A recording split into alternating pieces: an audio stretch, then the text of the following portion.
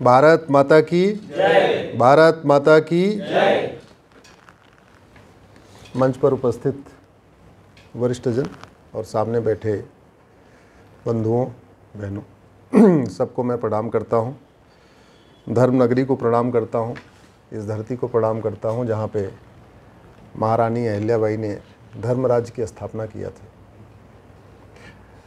और जो मुझे जानकारी मिली है कि एक बार तो उन्होंने अपने किसी परिवार के व्यक्ति को ही कुछ गलत काम करने पे मरवा दिया था। ऐसी है ना? गलत भी बोलते हैं कि मिथ भी बोलते हैं। तो आवाज़ कम है क्या? अब ठीक है? अब ठीक। एक तो आप लोगों ने जो मिशन लिया हुआ है ग्राहक का, पूरा देसी ग्राहक है, मध्यम वर्ग भी ग्राहक है, उच्च वर्ग भी ग्राहक है, संभ्रांत वर्ग भी ग्राहक है, नीचे किसान भी ग्राहक है, मजदूर भी ग्राहक है, हर वर्ग, पूरा भारत का नागरिक ही ग्राहक है। और सब लोग कुछ न कुछ अव्यवस्था से परेशान हैं। कुछ लोग मिलावटी दूध से परेशान हैं, कुछ लोग मिलावटी घी से परेशान हैं, कुछ लोग मिलावटी मिठाई से परेशान हैं, कुछ लोग एयर पोल्यूशन से परेशान है, वाटर पोल्यूशन से परेशान है, नॉइज़ पोल्यूशन से परेशान है। ऐसा कोई है जो परेशान नहीं है भारत में? इंदौर के लोग एयर पोल्यूशन से कम परेशान है, थोड़ा यहाँ हवा साफ है, लेकिन हम लोग तो बहुत परेशान हैं। दिल्ली में बहुत परेशान है, वाटर पोल्यूशन से बहुत परेशान है। हम लोगों की तो उम्र जो है इंदौर वालों से 10 साल कम होती है। अगर इंदौर आ जाए दिल्ली छोड़ के 10 साल हम भी ज़्यादा जिएंगे। इन सब में अगर आप रूट में जाके देखें तो कहीं न कहीं जो ग्राहक को मिलना चाहिए वो नहीं मिल रहा है। अगर हमें शुद्ध हवा नहीं मिल रही है तो ये हमारा अधिकार है एज ए दिल्ली का नागरिक। मैं हवा का ग्राहक नहीं हूँ, लेकिन आप दूसरे तरीके से देखें तो मैं हवा का ग्राहक हूँ, मैं हवा ले रहा हूँ। तो शुद्ध हवा देना ये सरकार की ड्यूटी है, शुद्ध पानी देना सरकार की ड्यूटी है, शांति देना ये सरकार की ड्यूटी है, नॉइज़ पोल्यूशन रोकना ये सरकार की ड्यूटी है। और एक मैं बिल्कुल, मेरा अपना निजी विचार है, हो सकता है आप लोग सहमत ना हो, लेकिन मेरा ये मानना है कि ऐसी कोई समस्या नहीं है जिसका कोई समाधान नहीं।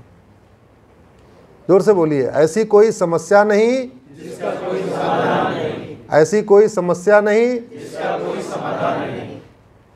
और ऐसी कोई बीमारी नहीं जिसकी कोई दवाई नहीं। ऐसी कोई बीमारी नहीं जिसकी कोई दवाई नहीं। ऐसी कोई बीमारी नहीं जिसकी कोई दवाई नहीं। तो अगर भारत का ग्राहक परेशान है, मध्य वर्ग भी परेशान है, उच्च वर्ग भी परेशान है, निम्न वर्ग भी परेशान है, कोई मिलावटी दूध से परेशान है, कोई महंगे पानी से परेशान है, मतलब पानी 60 रुपए का लीटर भारत में।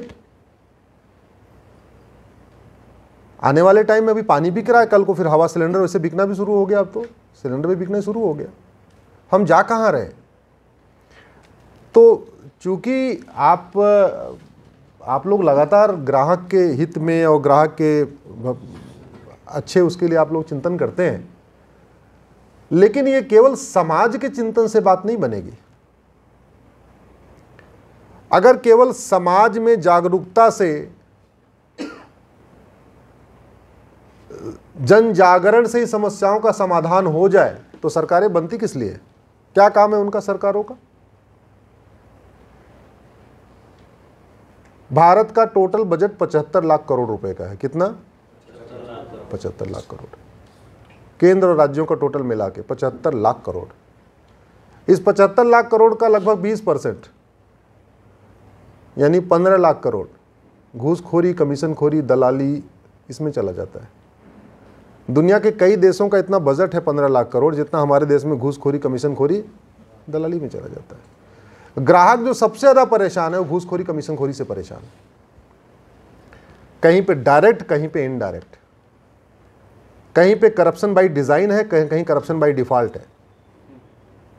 सड़क पे मैं जा रहा हूँ, पुलिस वाले ने रोक लिया, 500 रुपये मांग लिए, हेल्प, ये आपने सीट बेल्ट नहीं पहना, ये नहीं किया, ये corruption by normal, corruption by default है, नॉर्मल करप्शन है। लेकिन जो सबसे ज़्यादा परेशान है, हो सकता है इंदौर के लोग कब परेशान हो, वो करप्शन बाई डिजाइन से परेशान है। मतलब करप्शन के लिए नियम बन रहे हैं, करप्शन के लिए कानून बन रहे हैं। कैसे बनता है?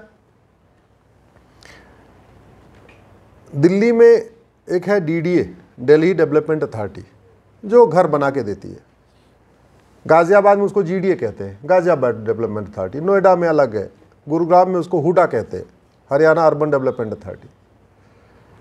ये जितने सरकारी मकान बनाने वाले संस्थाएं हैं, अगर आप इनका मकान देखो और प्राइवेट बिल्डर के मकान से कंपेयर करो आप, तो प्राइवेट बिल्डर के मकान में आप सीधे एंटर कर सकते हैं, सीधे गृह प्रवेश कर लीजिए, कुछ नहीं करना है आपको।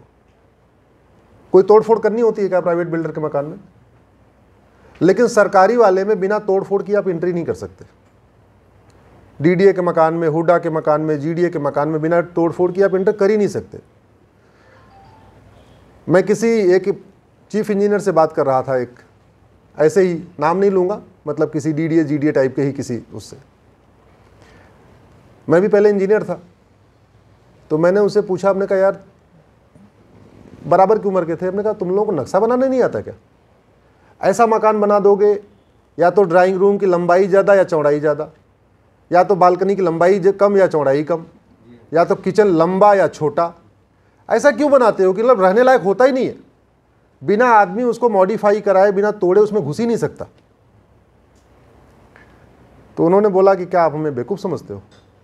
बोले क्या तुम ही इंजीनियर हो, हम इंजीनियर नहीं है क्या? तुम्हें इंजीनियरिंग आती है? तो हमने कहा फिर ये बड़ी महत्वपूर्ण बात है, और मैं आज चाहूँगा कि इस वीडियो को लगभग 1 से 2 करोड़ लोग जो देखेंगे उसको पूरे देश में प्रचारित करें। उन्होंने बोला अगर हम सही सही नक्शा बना दें, जो फ्लैट है एग्जैक्टली उसका स्टैंडर्ड बेडरूम बना दें, जैसे प्राइवेट लोग बना के देते हैं कि 14x18 का ड्राइंग रूम बना दिया, 12x14 का बेडरूम बना दिया, 8x10 का किचन बना दिया, जो स्टैंडर्ड होता है, अगर वैसा बना देंगे तो आदमी सीधे इंटर कर जाएगा, गृह प्रवेश कर लेगा, तोड़ेगा ही नहीं। तो हमने कहा क्या तुम चाहते तोड़े? बोले हम चाहते तोड़े। हमने कहा क्यों तोड़े? बोले हम ये मकान देते 99 ईयर की लीज पे, लेकिन उसमें टर्म्स कंडीशन ये कि आप कोई छेड़छाड़ नहीं करोगे। अब हम इसको 99 ईयर के लिए तो बनाते नहीं है, इसकी जो कंस्ट्रक्शन है वो ऐसा नहीं है जो 99 साल चले, और हमने लिखा हुआ है 99 साल की हम गारंटी दे रहे हैं, उसको 99 साल लीज दे रहे हैं, लेकिन उसमें हमने लिखा हुआ है कि अगर छेड़छाड़ करोगे तो ये गारंटी, जोर से बोलिए, खत्म। हमने ऐसा नक्शा बना दिया बिना छेड़छाड़ किए घुस ही नहीं सकता हो। समझ गए आप? हमने ऐसा नक्शा बना दिया कि बिना छेड़छाड़ किए घुस ही नहीं सकता, तो हमारी गारंटी खत्म। अब अगर हम 99 साल की गारंटी दें तो हमें सीमेंट बालू का रेशियो 1:4 रखना पड़ेगा, सरिया की मोटाई भी ज़्यादा रखनी पड़ेगी, सरिया की संख्या भी ज़्यादा रखनी पड़ेगी, पिलर की संख्या बढ़ानी पड़ेगी, छत की संख्या बढ़ानी पड़ेगी, कंक्रीट स्टैंडर्ड करना पड़ेगा, सब कुछ बढ़िया देना पड़ेगा ना, 99 साल के हिसाब से देना पड़ेगा। तो हमने क्या किया, केवल एक काम किया, नक्शा इसका बदला, तो सबसे पहला फ़ायदा हुआ, हमने बिल्डिंग मटेरियल हल्का कर दिया, तो पहला फ़ायदा उसमें। दूसरा, जब आप तोड़ोगे तो दोबारा नक्शा पास कराओगे, नहीं नक्शा पास कराओगे तो हमारा सुपरवाइज़र नोटिस भेजेगा, तो सुपरवाइज़र भी 10-20 हज़ार रुपये कुछ कमाएगा। तीसरा, जब तोड़वाओगे तो तोड़ाने के लिए खुद तो तोड़ो नहीं, किसी को बुलाओगे, वो तोड़ने वाले भी सब अपने जान पहचान वाले हैं, वो होली दिवाली मिलते हैं हमसे आके।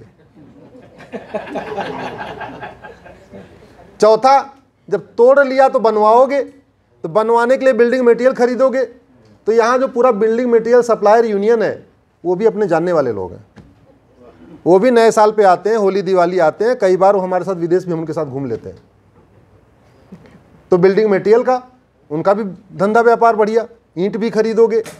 और बोले जो कॉन्ट्रैक्टर जिससे बनवाओगे, ये लोग बहुत अच्छे लोग हैं, सब अपने जानने वाले हैं, और फिर इंटर करोगे तो कितना फ़ायदा हुआ, 99 साल की गारंटी हमारी ख़त्म हो गई, और उसके बाद सुपरवाइज़र भी अपना JUAE सुपरवाइज़र भी कमा के आए, बिल्डिंग मटेरियल का काम भी बढ़िया चल रहा है तो हमारा भी काम बढ़िया चल रहा है, कॉन्ट्रैक्टर का काम बढ़िया चल रहा है तो हमारा भी काम चल रहा है, सप्लायर का काम बढ़िया चल रहा है तो हमारा भी काम चल रहा है। अल्टीमेटली सफर किसने किया? किसने सफर किया? ग्राहक।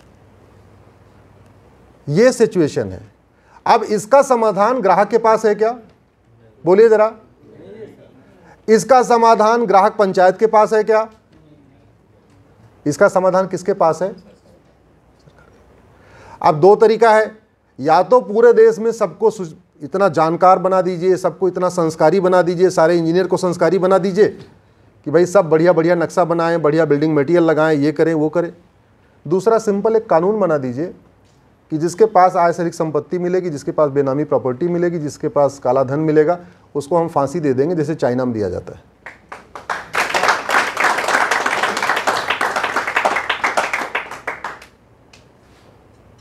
और कानून बनाने की कोई लागत है क्या?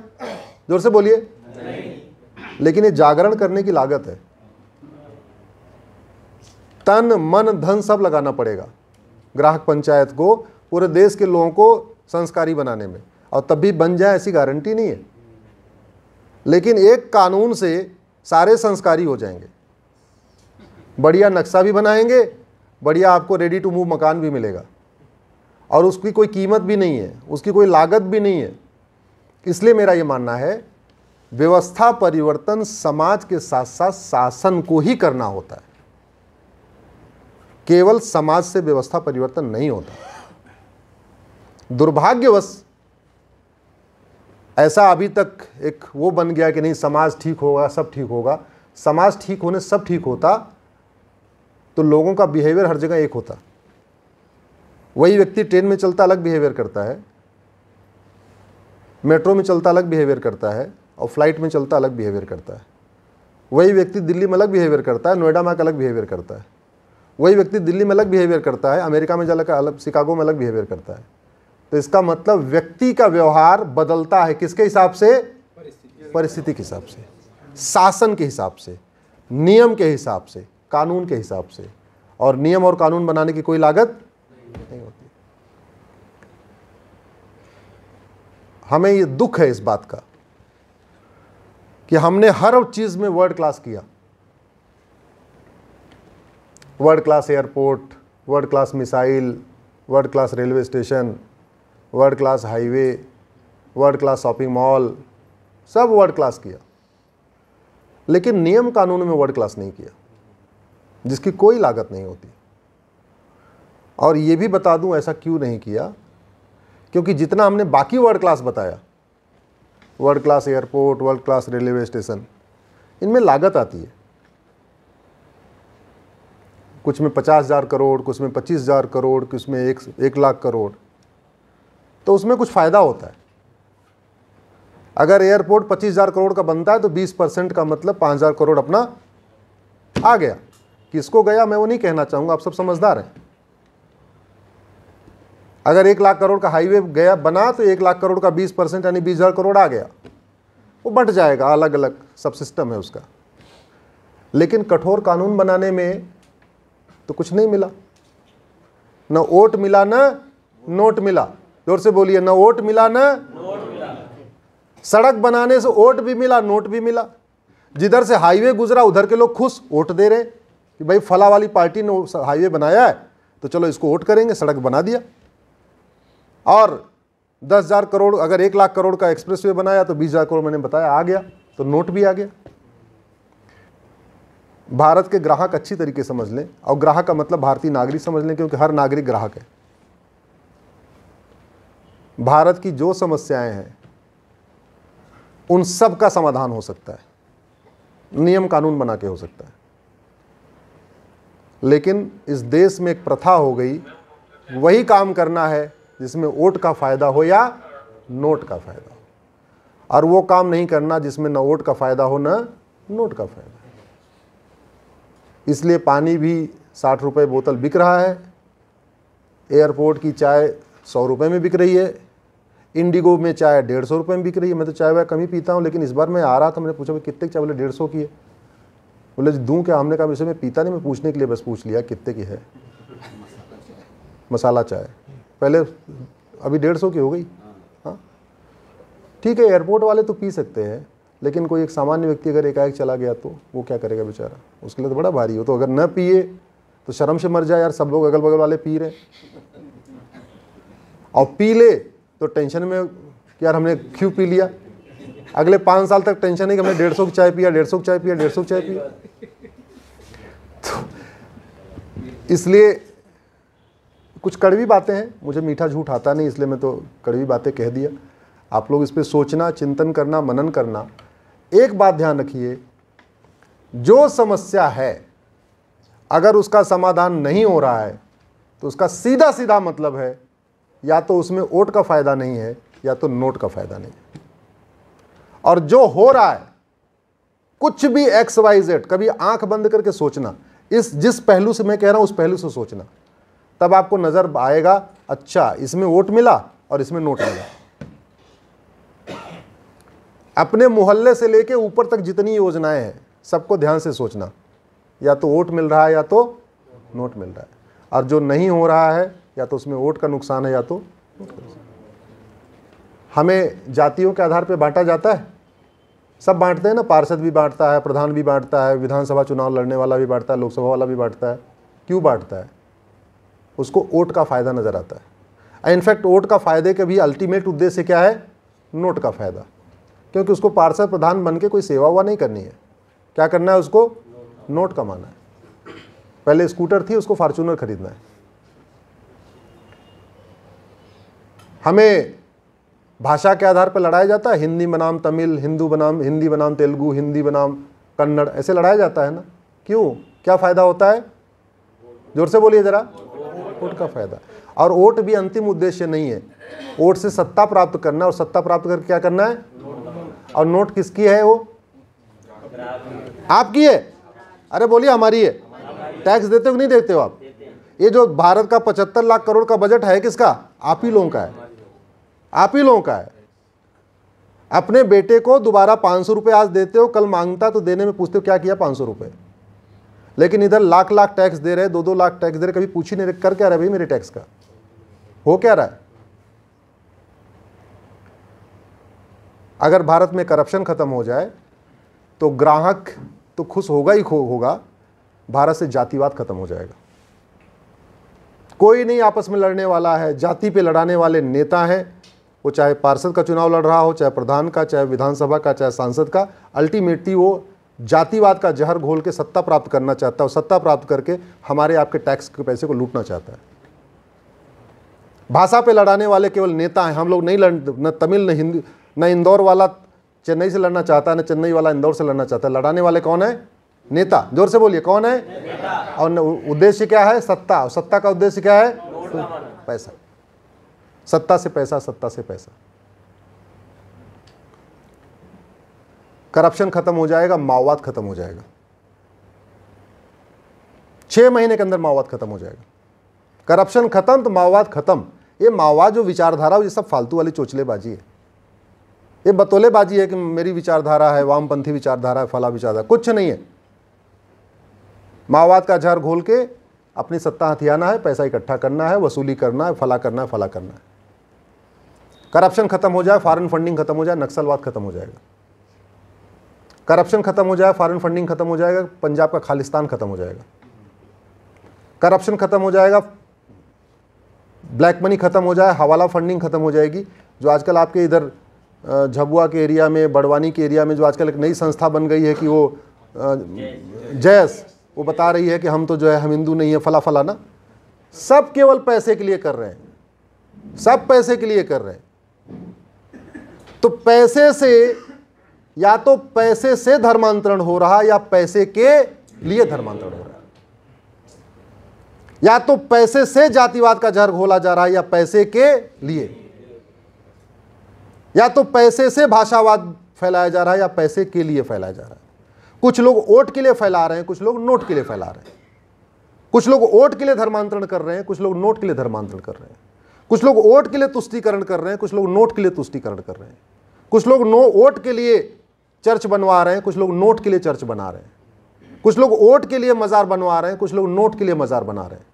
कुछ लोग वोट के लिए दरगाह बनवा रहे हैं, कुछ लोग नोट के लिए दरगाह बनवा रहे हैं। आप जीवन में जितनी समस्याएं हैं, भारत की, उनकी समस्याओं की वाई एनालिसिस करिए तो पता चलेगा 80% समस्याओं का समाधान केवल और केवल कानून बना के किया जा सकता है। जन जागरण करेंगे, न 75 साल में समस्याएं खत्म हुई, न अगले 7500 साल में खत्म होंगी। लेकिन कानून बना के साल भर के अंदर समस्याओं का समाधान हो सकता है। लेकिन कानून बनता है या तो वोट के लिए, या तो संसद और सुप्रीम कोर्ट, विधानसभा और हाई कोर्ट को जगाने का दो ही तरीका है, सड़क या सोशल मीडिया। या तो सड़क पे उतरिए या तो सोशल मीडिया में लिखना शुरू करिए, सांसदों विधायकों को पकड़ना शुरू करिए, उनसे बोलिए भैया भाषणबाजी बहुत हो गई, हमें इस समस्या का अस्थायी समाधान चाहिए, टेम्परेरी नहीं चाहिए। ये थोड़ी कि एक लफ्ज़ जिहाद हो गया, 500 लोग पहुंचे, वहाँ पे धरना हुआ, प्रदर्शन हुआ, उसको छुड़ाया, मतलब लफ्ज़ जिहाद होता रहेगा, लोग धरना प्रदर्शन करते रहे, ऐसे काम होगा क्या? एक मज़ार बन गई, उसके बाद कुछ लोग पहुंचे, चलो बड़ी मुश्किल से थोड़ा वहाँ पे किया तो मज़ार उखड़वा दिया। अगर 10 मज़ार बन गई, उसमें एक मज़ार उखड़वा भी दिया तो क्या फ़र्क पड़ता है? 100 गाय चली गई, उसमें 10 गाय पकड़ भी लिया तो क्या फ़र्क पड़ता है? 100 जगह लफ्ज़ जिहाद हो गया, उसमें 10 लड़की को छुड़ा भी लिया तो क्या फ़र्क पड़ता है? 100 लोगों का कन्वर्जन हो गया, 10 लोगों को घर वापसी करा भी लिया तो क्या फ़र्क पड़ता है? कड़वी बातें हैं, लेकिन आप लोग सोचना ही है। मेरा मानना है कि अब अगर सही बातें नहीं बोली गई तो फिर मौका नहीं आएगा। अभी परिस्थितियां अनुकूल हैं सही बात को कहने का। और एक बात और बता दूं, अभी एक हम लोगों के पास दोहरा कार्य हो गया, सरकार अपनी है और विपक्ष का रोल भी खुद ही निभाना पड़ेगा, क्योंकि ये जो हम सोच रहे हैं ये होना चाहिए, इसको बाकी विपक्ष नहीं उठाने वाले। मानते नहीं मानते? तो दोहरा रोल हो गया। उधर विधायक भी अपने हैं और उनके सामने एज ए विपक्ष अपनी बात रखनी खुद ही पड़ेगी। लेकिन मैं इतना मानता हूं, सही बात को कहने में अगर कोई शर्माता है, कोई डरता है, तो राष्ट्रभक्त नहीं, वो पाखंडी है। और सही बात को सुनने में कोई बुरा मानता है, सांसद विधायक, तो राष्ट्रभक्त नहीं, वो पाखंडी है। मानते नहीं मानते? हमारे पूर्वजों ने सनातन धर्म की रक्षा के लिए अपने बच्चों को दीवार में चिनवाया है। चिनवाया कि नहीं चिनवाया? हमारे पूर्वजों ने सनातन धर्म की रक्षा के लिए जजिया दिया है। हमारी माताओं ने धर्म की रक्षा के लिए जौहर किया है। हमारी माताओं ने धर्म की रक्षा के लिए कुएं में छलांग लगाई है, नदियों में छलांग लगाई, इज्जत बचाने के खातिर। और इतनी सारी समस्याएं हो रही हैं, जाति के आधार पर हमें तोड़ा जा रहा है, भाषा के आधार पर तोड़ा जा रहा है, क्षेत्र के आधार पर तोड़ा जा रहा है, आस्तिक नास्तिक बनाया जा रहा है, हिंदुओं को आपस में लड़ाया जा रहा है, जैन को अल्पसंख्यक बना दिया गया, बौद्ध को अल्पसंख्यक बना दिया, सिख को अल्पसंख्यक बना दिया। सारे सनातन धर्म के पार्ट हैं, सारे सनातन से निकले हुए हैं। एक बेटा हिंदू कहलाता था, एक जैन कहलाता था, एक सिख कहलाता था, कोई अलग अलग थोड़ी था। कानून बना के तोड़ दिया गया। अगर इसके खिलाफ हम अब नहीं बोलेंगे तो कब बोलेंगे? मैं अपनी लड़ाई सुप्रीम कोर्ट में लड़ रहा हूं, लेकिन ये जो मैं बात कर रहा हूं केवल इस हॉल में बैठे हुए लोगों से नहीं कर रहा हूं। मैं लगभग 1 से 2 करोड़ लोगों से बात कर रहा हूं। आपका ये वीडियो 1 से 2 करोड़ लोगों के पास पहुंचने वाला है। मैं सबको यही कहता हूं, अपने अपने सांसद विधायक से मिलिए, उनको बताइए कि ये समस्या है, इस समस्या का अगर आपको अस्थायी समाधान समझ में आता है तो ठीक है, नहीं तो उनसे पूछिए इस समस्या का अस्थायी समाधान क्या है, धर्मांतरण का अस्थायी समाधान क्या है, माओवाद का अस्थायी समाधान क्या है, नक्सलवाद का अस्थायी समाधान क्या है। अरे भैया, घर की तबीयत खराब होती है, डॉक्टर के पास जाते हो, डॉक्टर के पास गए, उसने 3 दवा दे दिया, बुखार नहीं उतरता, तो पूछते नहीं डॉक्टर से, डॉक्टर साहब ये बताओ ये बुखार उतर क्यों नहीं रहा, ये कौन सी आप गोली दे रहे, काम नहीं कर रही है। ऐसी गोली दो जो परमानेंट बुखार ठीक हो जाए। अब बुखार लंबा चलेगा तो टाइफाइड हो जाएगा, बुखार लंबा चलेगा निमोनिया हो जाएगा। बुखार को जितने जल्दी खत्म करो उतना अच्छा है। अगर हड्डियों में दर्द है जल्दी कंट्रोल कर लो तो अच्छा है, नहीं तो बढ़ते बढ़ते पता नहीं और कौन कौन सी बीमारी हो जाएगी। बीमारी लंबे समय तक रखना, बीमारी का मतलब बढ़ाना। और एक बात ध्यान रखिए, अगर बीमारी ठीक नहीं हो रही है तो या तो डॉक्टर अच्छा नहीं है, या तो जोर से बोलिए दवा अच्छी नहीं है। अगर बीमारी ठीक नहीं हो रही है तो डॉक्टर अच्छा नहीं है, तो अगर एक्सीडेंट हुआ है तो या तो ड्राइवर अच्छा नहीं है या तो गाड़ी अच्छी नहीं है। बाल बनवाते समय आपकी दाढ़ी में कट लग गया, खून आ गया, तो या तो नाई अच्छा नहीं है तो उसका उस्तर अच्छा नहीं है। कपड़ा प्रेस करते समय जल गया तो या तो प्रेस करने वाला अच्छा नहीं है, या तो जो प्रेस है वो अच्छा नहीं है। ऐसी कोई बीमारी नहीं जिसकी कोई, ऐसी कोई बीमारी नहीं जिसकी कोई, और ऐसी कोई समस्या नहीं जिसका कोई। इतनी बात करते हैं। बाकी आप लोग ट्विटर के माध्यम से, फेसबुक के माध्यम से, यूट्यूब के माध्यम से और जुड़ सकते हैं, जुड़ते रहेंगे, चर्चा करते रहेंगे। समाधान, केंद्रीय समस्याओं का समाधान सुप्रीम कोर्ट और संसद में, राज्य की समस्याओं का समाधान विधानसभा और हाई कोर्ट में। इन चारों को जगाने का तरीका सड़क और सोशल मीडिया। कभी सड़क पे उतरिए, लेकिन सड़क पे बार बार नहीं उतर सकते। सोशल मीडिया का उपयोग करिए, फेसबुक पे फ्रेंड बढ़ाइए, 5000 फ्रेंड तो बढ़ा ही सकते हैं। दोस्त बनाते समय जाति धर्म भाषा मत देखिए, सबको जोड़िए। जितना ज़्यादा लिखेंगे उस पर उतना ज़्यादा जागरूकता आएगी। और मैंने कहा ना, केवल जागरूकता से काम नहीं चलना पड़ेगा, अल्टीमेटली आपको अपने सांसद विधायक को पकड़ना पड़ेगा। जैसे ड्राइवर का काम है अच्छी तरीके गाड़ी चलाना, डॉक्टर का काम है अच्छी दवा देना, नाई का काम है अच्छी तरीके बाल बनाना, ऐसे सांसद और विधायक का काम है अच्छी तरीके से कानून बनाना। उनका वही काम है। उनको फीता काटने के लिए, भाषण देने के लिए, घूमने के लिए, टहलने के लिए, शादी में जाके फोटो खिंचवाने के लिए, इसके लिए वेतन भत्ता गाड़ी नहीं मिलता। उनको वेतन भत्ता, गाड़ी, बंगला, free air ticket, free rail ticket, आजीवन पेंशन केवल सर्वोत्तम कानून बनाने के लिए मिलता है, जो नहीं हुआ है। हम 75 साल से डॉक्टर का चेहरा देखते रहे, दवा देखा ही नहीं। और डॉक्टर बदलते रहे, दवा नहीं बदली, इसलिए बीमारी ज्यों की बल्कि बढ़ गई। क्योंकि बीमारी बढ़ती है समय के साथ, तो बीमारी बढ़ रही है।